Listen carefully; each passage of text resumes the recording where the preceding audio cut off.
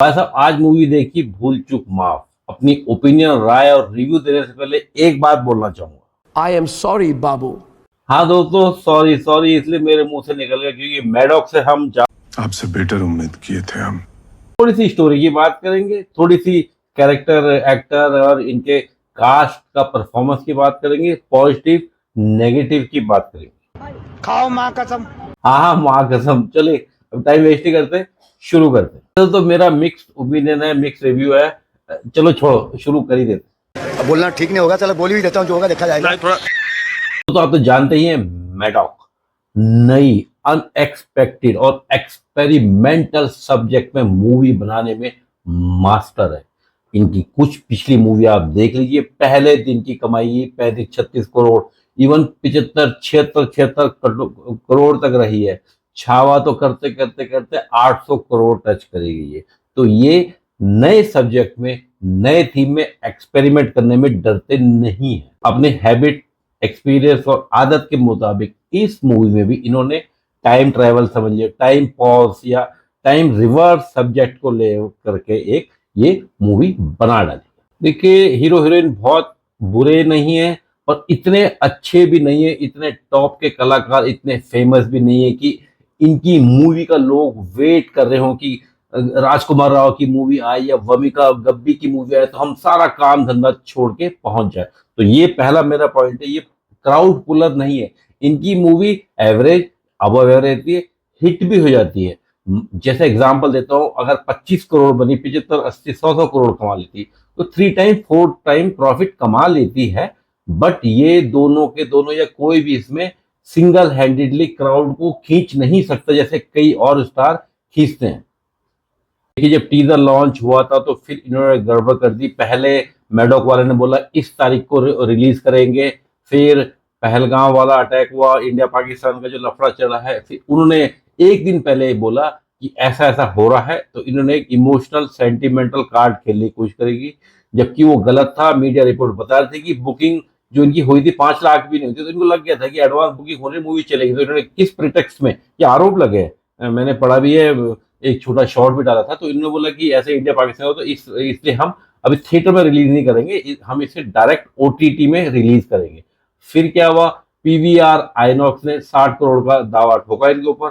फिर ये लाइन पे आए और अब जाकर के 23 तारीख को आज ये मूवी थिएटर्स में रिलीज हुई। दोस्तों, डायरेक्शन, स्क्रीन प्ले, स्टोरी, तकरीबन सारा का सारा काम का जिम्मा एक आदमी ने उठा लिया। लगता है वो ओवरलोड हो गया।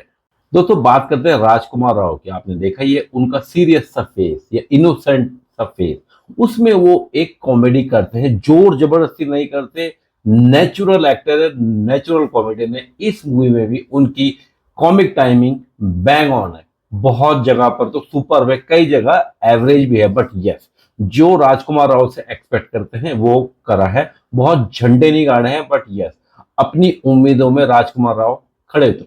बात अगर हीरोइन वामिका गब्बी की एक्टिंग करेंगे तो दोस्तों, मैं सच बताऊं, मेरे को उसकी एक्टिंग थोड़ी ओवर लगी।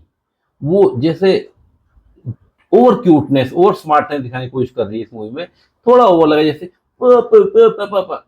मूवी कर रहे हो यार, कोई इंस्टाग्राम में टिकटॉक रील नहीं बनाओ। जैसे छपरी लड़की आती है टिकटॉक में, टेढ़ी मेढ़ी होती है पर ऐसे क्यूट बनने की कोशिश करती है। ये भी क्यूट बनने की कोशिश कर रही है। मैं ये नहीं बोल रहा हूँ, ये बहुत प्रिटी लग रही है, बहुत गॉर्जियस लग रही है, बट एक्टिंग थोड़ी सी मुझे तो ओवर लगी है। बाकी सुंदर वो पूरी लग रही है। और जिस तरह से चुलबुली चुलबुली दिखा गया, नाम भी उसका रखा गया इस मूवी में, तितली। मूवी की बात करें तो इस मूवी में गवर्नमेंट जॉब और शादी का जो करेक्शन है वो दिखाया गया है। ये आप लोगों ने असल जिंदगी में भी देखा होगा। यही पूछते हैं लड़का क्या करता है, लड़का भले ही कॉर्पोरेट वर्ल्ड में कई गुना ज्यादा सैलरी मिलती है, पर आज भी गवर्नमेंट जॉब का इम्पोर्टेंस है। और ये इनडायरेक्टली मुझे प्रेजेंट गवर्नमेंट पे ये एक टोंट भी लगी कि क्योंकि वैकेंसी खुल रही तो पेपर लीक हो जा रहा है। तो समझ रहे हो, नौकरी सरकारी मिलना मुश्किल है। और इस मूवी में राजकुमार राव लकी था, उसकी सरकारी नौकरी लग जाती है। तब बात आगे बढ़ती है कि भाई अब शादी की बात करते हैं। तो सब मिडिल क्लास फैमिली है, तो भगवान में भी विश्वास करते हैं। तो इसमें भोलेनाथ की भी एंट्री हुई है। ये भोलेनाथ के मंदिर जाते हैं, वहां से वरदान या दुआ या एक रिक्वेस्ट लेके जाते हैं कि भाई ऐसा ऐसा कर दो, वो ठीक हो जाती है, फिर वहां जी का जंजाल बनने लगता है। तो मूवी इसी के आसपास थोड़ी थोड़ी रोजमर्रा की जिंदगी में एक मिडिल क्लास फैमिली में कैसे कैसे क्या बोल सकते, ट्रेजिक कॉमेडी होती रहती है, वो भी दिखाया गया। 30 तारीख को भाई की शादी है, 29 को होती है हल्दी, हल्दी लगती है, सो जाते, सुबह उठते, फिर 29 तारीख, फिर 29 तारीख, महीना निकल जाता है मगर 29 से 30 नहीं होती। हल्दी मलते मलते हल्दी का बोरा खत्म हो जाता है। एक बार तो खुद बोलता है कि मम्मा क्या मेरे को मैरिनेट करोगी। दोस्तों कुछ जो एक कम फेमस या कम पॉपुलर कलाकार है, परफॉर्मेंस नंबर 1 है, जैसे आयुष्मान खुराना हो गया, राजकुमार राव हो गया, पर इनकी एक कमी, ये सिंगल हैंडेडली मूवी को हिट नहीं करा सकते, इनको एक सपोर्टिंग कास्ट या कॉमेडी ग्रुप की जरूरत पड़ती। इस मूवी में राजकुमार राव के साथ यही हुआ है। इसमें इन्होंने लिया है संजय मिश्रा को। हर बार की तरह रोल चाहे छोटा हो बड़ा हो, लंबा हो छोटा हो, उनकी कॉमिक टाइमिंग बैंग ऑन है बुल्स आई में। इस मूवी में भी उनकी प्रेजेंस बहुत ही तगड़ी है। दूसरे कलाकार है रघुवीर यादव, वो भी आपने देखा होगा पंचायत, तो उनके बारे में भी क्या बोले, कॉमिक टाइमिंग बस। और फैमिली में सपोर्ट करने के लिए या मूवी को सपोर्ट करने के लिए इसमें है सीमा फावा, जाकिर हुसैन और इश्तियाक खान। जनरली राजकुमार राव की मूवी में सॉन्ग वॉन्ग अच्छे होते हैं, पर इसमें मुझे समझ नहीं आ रहा है चोर बाजारी तो ये क्यों डाला। अगर क्या तुमको आज की रात जैसा गाना नहीं मिला तो गाना ना ही डालते। एक तो 2 ही घंटे की तो मूवी थी, 2-3 गाने तो हटा देते तो 1.5 घंटे में हम लोग निपट। अगर सम अप करूं तो कुल मिला के मूवी एवरेज अबव एवरेज है। फैमिली के साथ देखने के लिए कोई भी वल्गर सीन नहीं है, कोई भी वल्गर डायलॉग्स नहीं है।